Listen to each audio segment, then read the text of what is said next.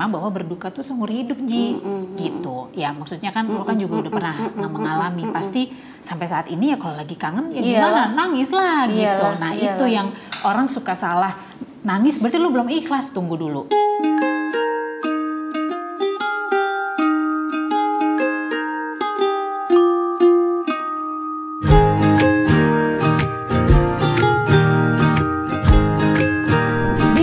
Instagramnya tamu saya hari ini, tamunya Mother and Beyond hari ini, Nira Syahda Rusman mendeskripsikan dirinya sebagai grief survivor.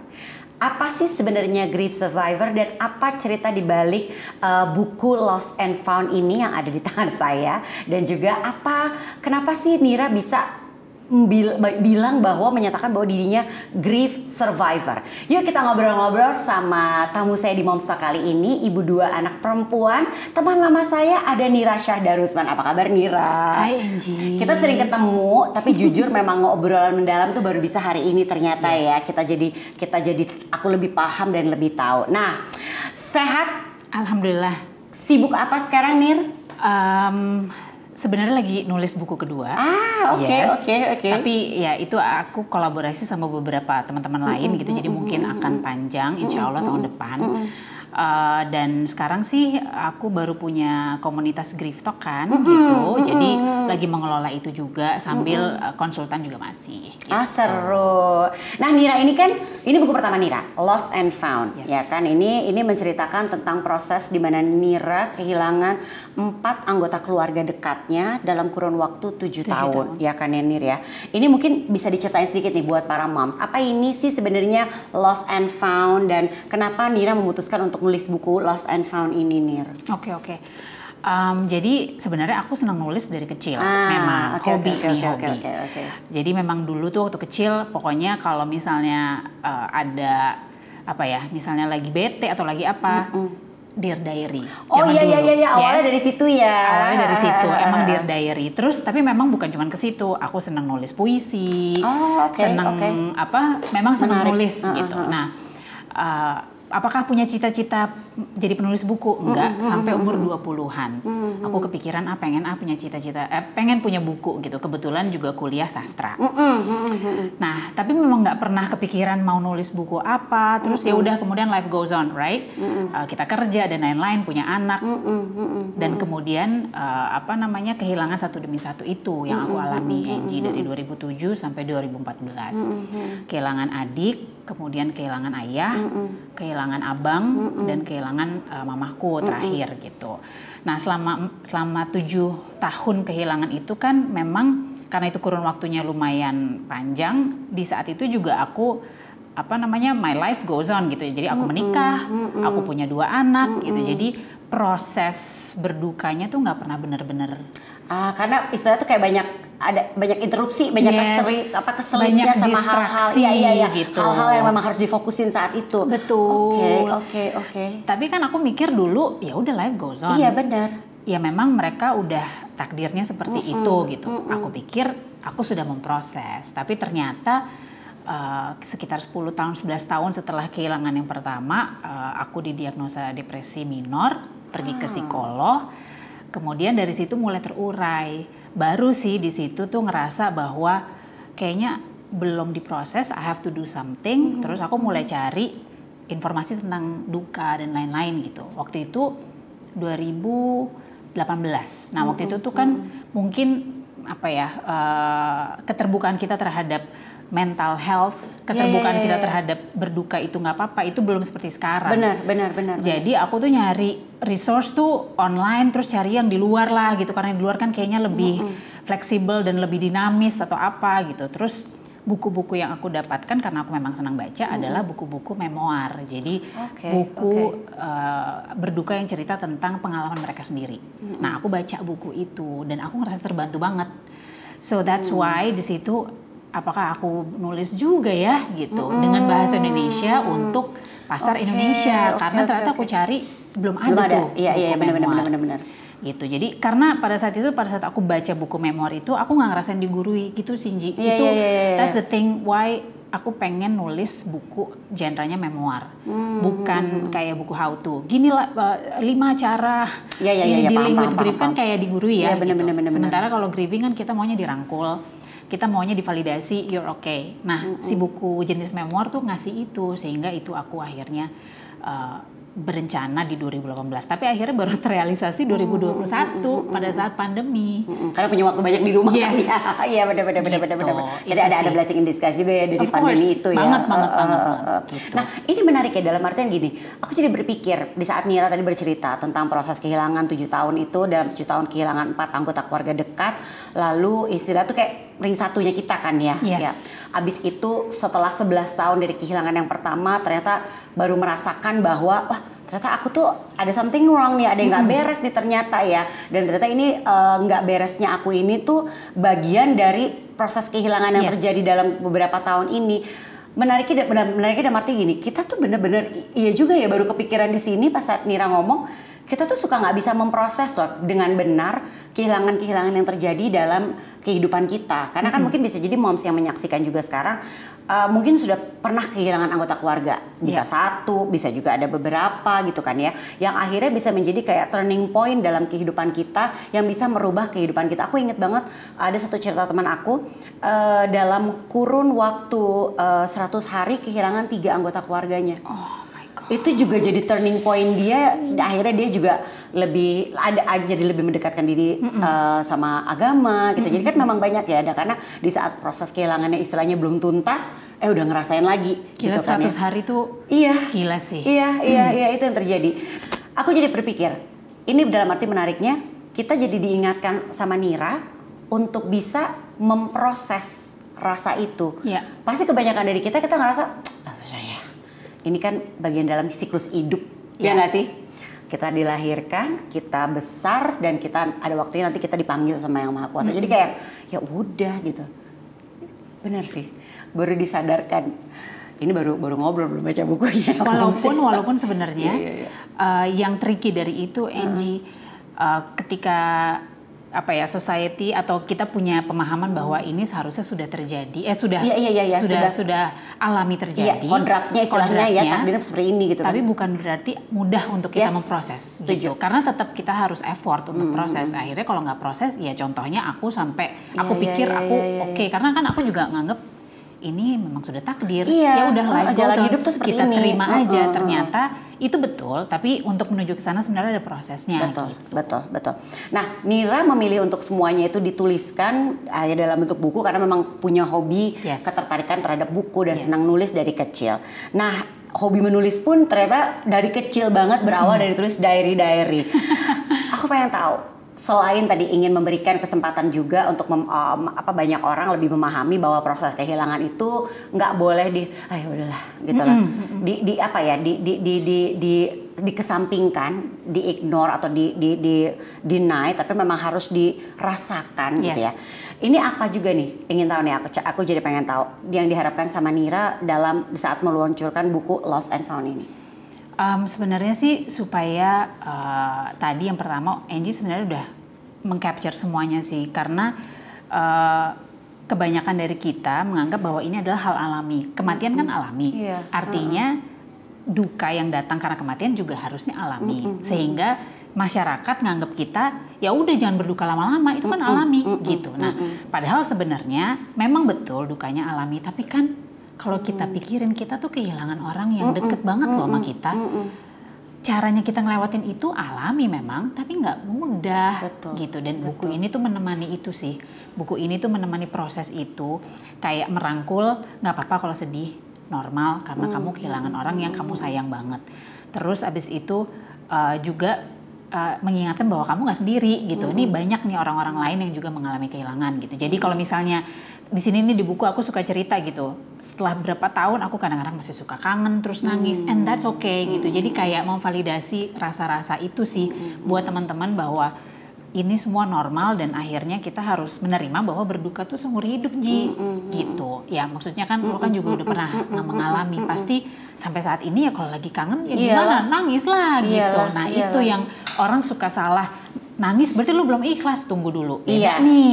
Beda loh gitu kan. Kita nangis mungkin kita rindu aja dan itu normal dong gitu.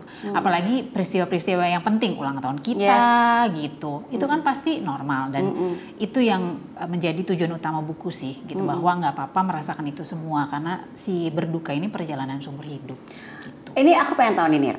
Dari 11 tahun setelah kehilangan yang pertama, Nira baru menyadari bahwa ada satu yang apa ya, kita nggak bilang nggak normal ya, tapi kayaknya kok ada yang beda ya. Ini kayaknya harusnya nggak gini nih.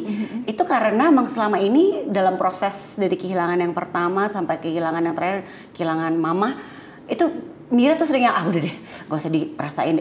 Itu ya? Iya sih, karena waktu 2007 pertama kali kehilangan Tara, ya 2007 udah lama sekali tentunya. Saat itu pasti keterbukaan kita sama penyakit mental tuh sangat-sangat inilah ya, nggak seperti sekarang. Jadi aku inget banget momen di rumah, di ruang keluarga. Waktu itu mungkin Tara meninggal baru seminggu atau 2 minggu. Tara tuh adiknya Nira yang paling kecil ya? Yang kehilangan pertama aku. Aku tuh sedih, pengen nangis, tapi aku tahan karena di depan aku ada ibu dan ayahku. Aku mikirnya gini, kalau aku menangisi adikku, kasarnya aku tuh hanya kehilangan adik, mereka tuh kehilangan anak loh, gitu Ji.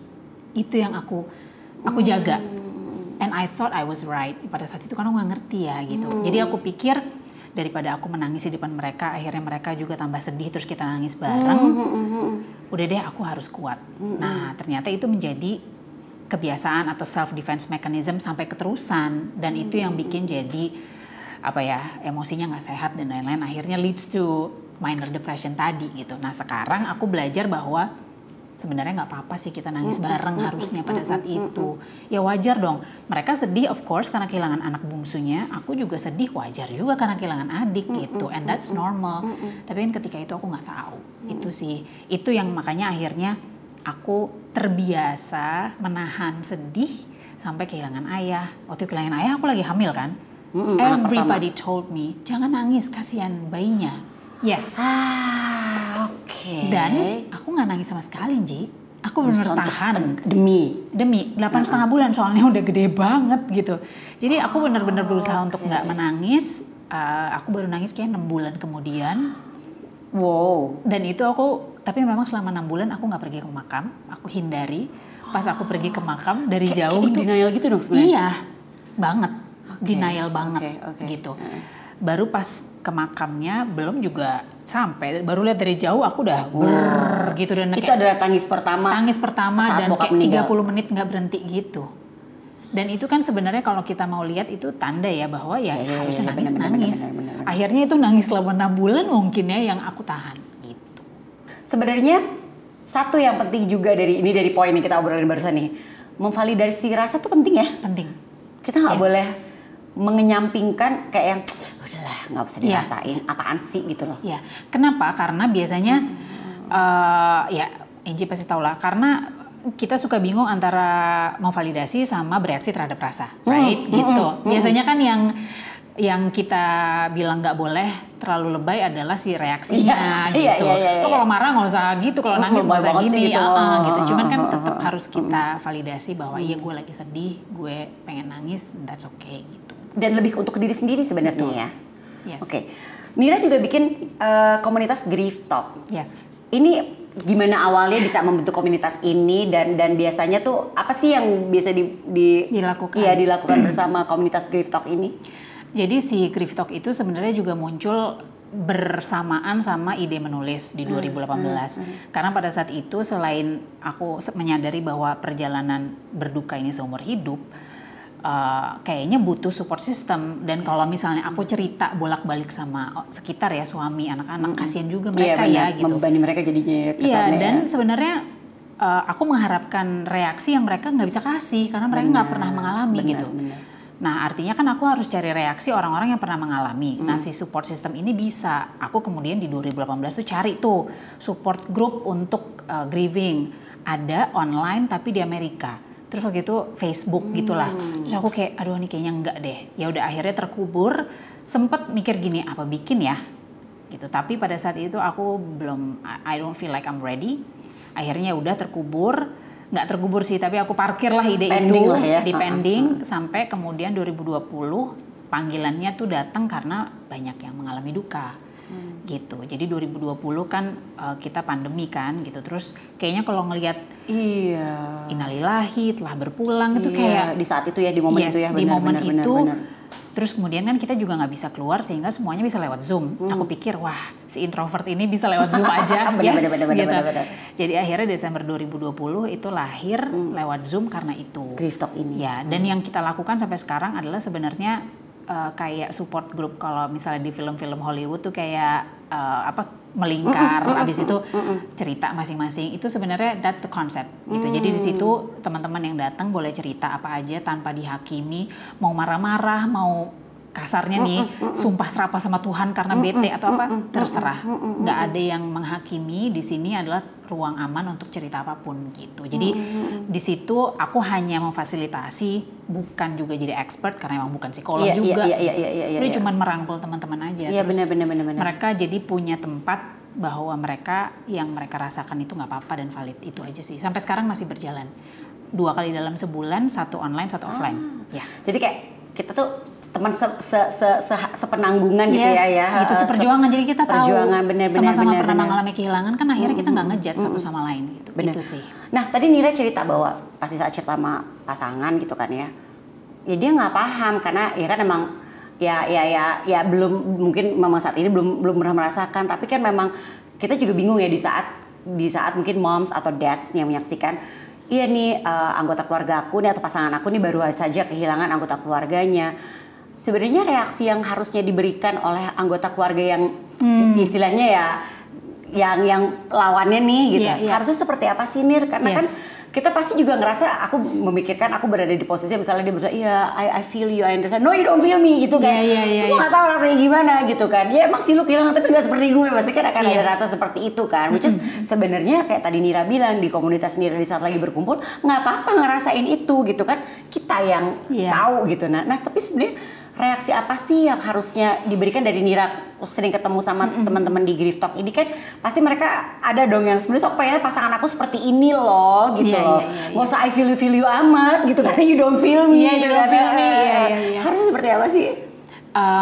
Ya sebenarnya sih serba salah soalnya kan sebenarnya ya ini pertanyaan yang kayaknya gampang tapi sangat tricky karena buat aku yang udah mengalami aja kadang suka salah tingkah harus ngapain ya gitu karena memang ini kan memang delicate banget kan gitu. Bener. Kalau aku sih sekarang selalu bilang just be there for them gitu. Jadi kalau aku nih biasanya aku lakukan sekarang adalah kalau memang ini lingkar terdekat, aku mungkin memilih untuk nggak perlu datang ke, misalnya ada beberapa acara gitu, mungkin aku lebih memilih untuk nggak perlu datang ke acara-acara yang udah ramai, tapi aku datang kayak seminggu setelahnya, 2 minggu setelahnya gitu. Nah kalau untuk orang-orang terdekat, misalnya suami istri gitu atau ya memang keluarga gitu, ya memang hanya ditemani aja, dan kalaupun mau memberikan bantuan langsung aja bantu gitu. Karena kalau misalnya kita ditanya kamu perlu apa, mau dibantu apa, kan kita juga bingung ya, bantu apa ya gitu. Jadi mungkin hal-hal yang sifatnya hari-hari yang bikin kita mikir, misalnya ibu-ibu gitu, moms gitu kan, biasanya yang bikin kita pusing adalah mikirin hari ini masak apa, ya kan, hari anak mesti diantar les gitu ya. Itu hal-hal seperti itu kalau dibantu itu kan bikin itu satu. Kedua mungkin yang ekstranya adalah tiba-tiba misalnya dikasih voucher pijet kayak gitu ya. Iya juga sih. Ya kan sesuatu yang udah konkret aja gitu. Atau misalnya kalau nggak suka pijet, voucher mall kayak gitu ya. Maksudnya sesuatu yang konkret tapi kan it's extra gitu. Sesuatu yang ekstra yang mungkin di hari-hari lain kita nggak mikir itu penting gitu.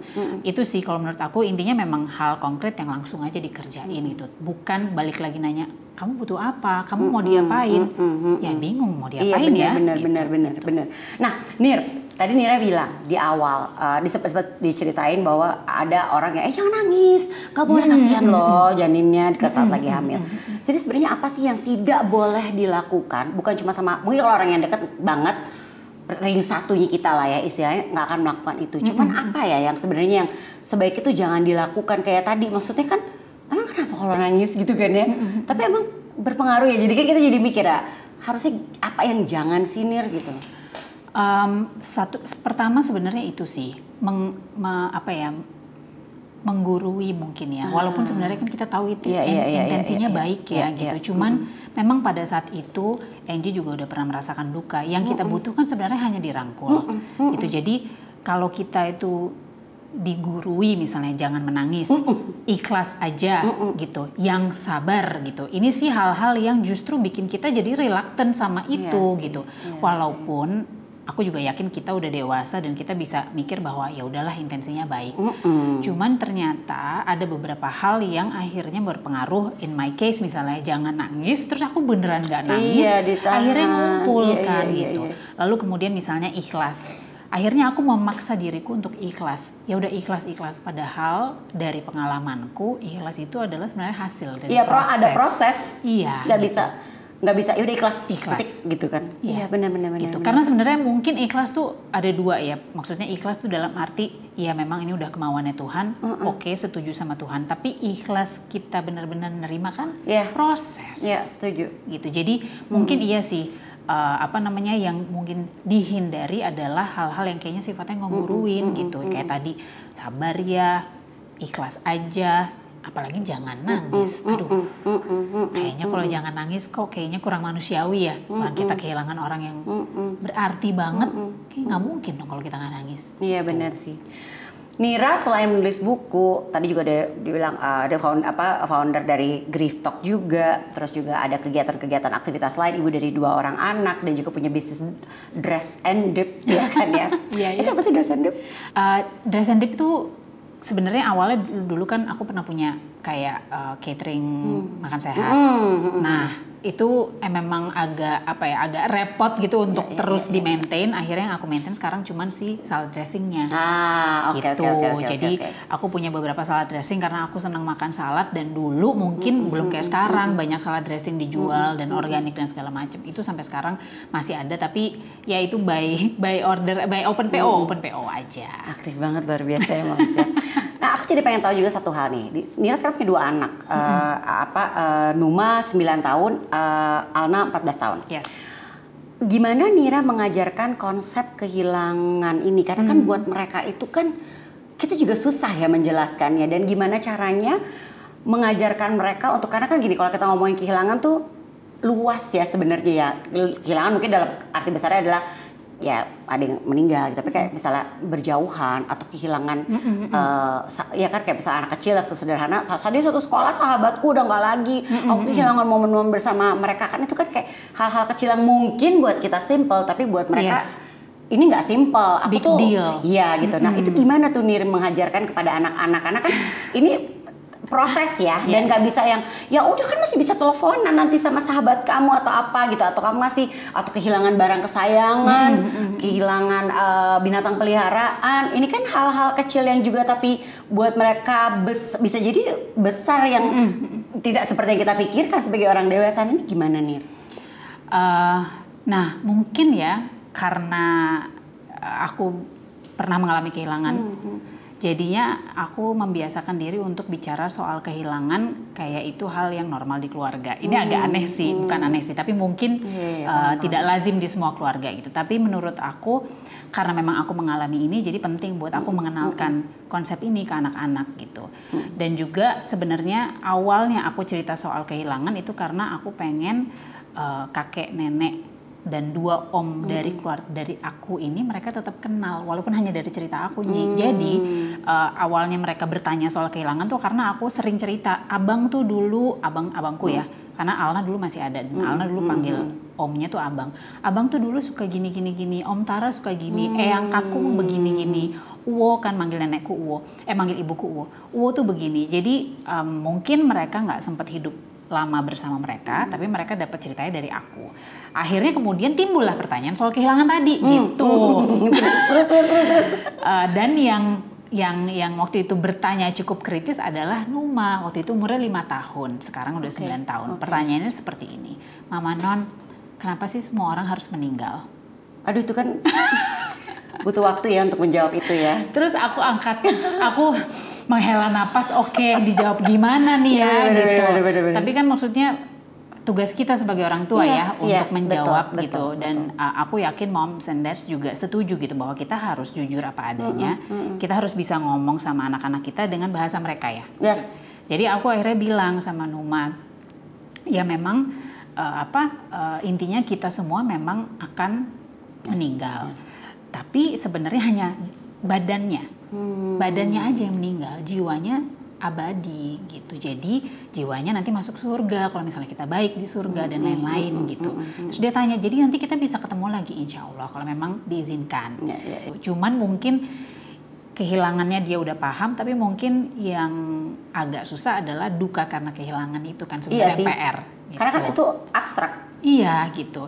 Dan ya mereka kalau misalnya aku omongin gitu, misalnya nanti kalau misalnya mama udah nggak ada, please know bahwa aku selalu ada di sini, aku pegang gitu. Terus dia awal-awal sih nggak apa-apa, lama-lama aku nggak mau ngomongin itu.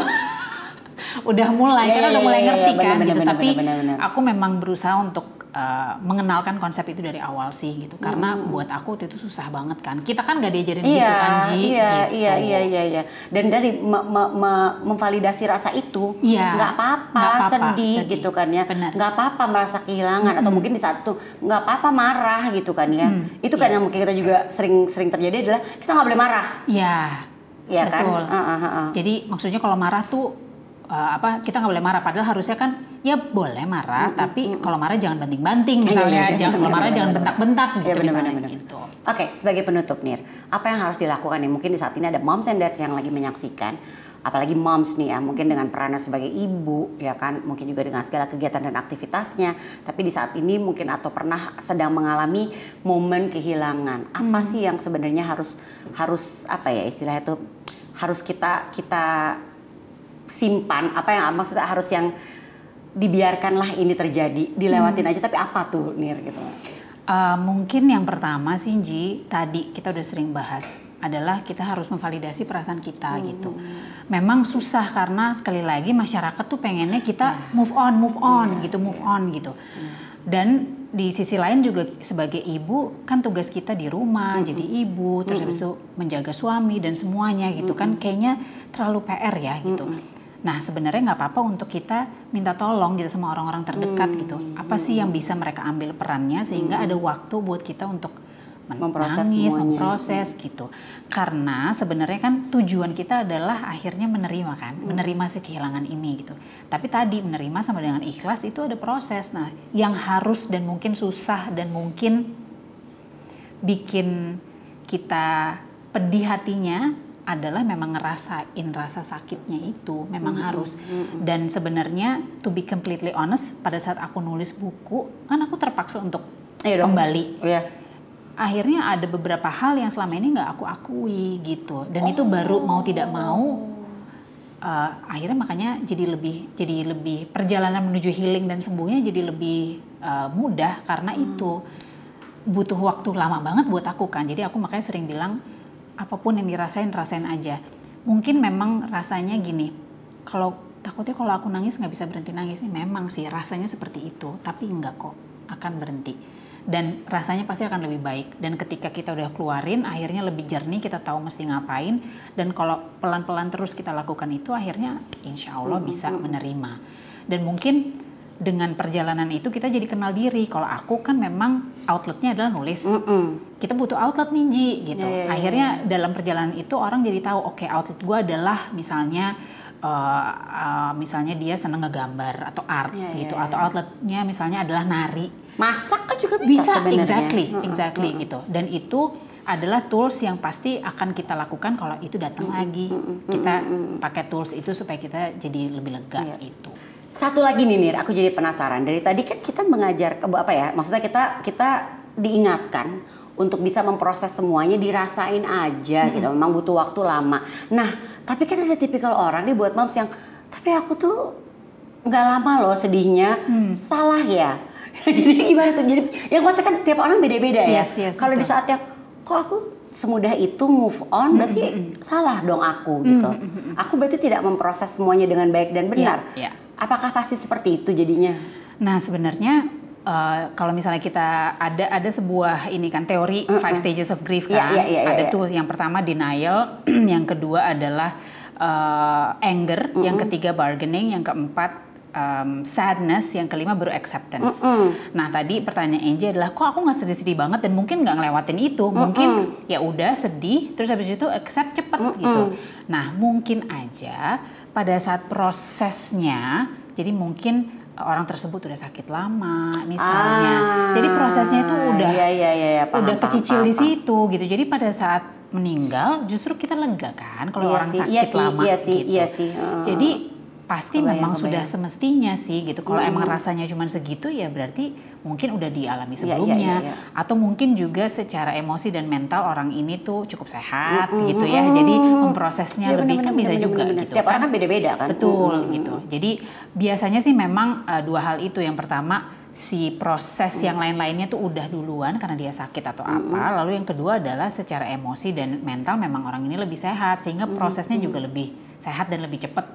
Misalnya kita juga jangan bandingin orang itu udah kayaknya udah oke kok gue masih sedih gitu. That's okay gitu. Setiap orang punya waktunya masing-masing. Betul. Demikian juga kok gue sebentar banget dia lama ya. Berarti ada nggak beres nih sama gue yang cuma sebentar ini, enggak juga. Iya, gitu. Bukan berarti kita kurang sayang atau apa gitu. Kurang merasa kehilangan enggak juga gitu kan. Enggak. Setiap orang beda-beda kok. Betul. Nira, terima kasih banyak udah sharing. Thank you. Terima kasih udah bercerita tentang lost and found dan gimana kita juga harus bisa menerima sebuah kehilangan itu, gimana kita memproses rasa kehilangan itu dengan baik dan benar gitu. Dan juga terima kasih sudah bercerita, dan nanti detailnya lagi ya, Moms juga bisa lihat nanti ada Nira di website kita bersama dengan Numa. Bisa lihat juga tuh, nanti juga bisa baca cerita-ceritanya di website Mother and Beyond. Terima kasih Nira sekali lagi. Thank you Angie. Terima kasih juga. Yes, terima kasih buat Moms and Dads yang sudah menyaksikan Moms Talk edisi kali ini. Sampai jumpa.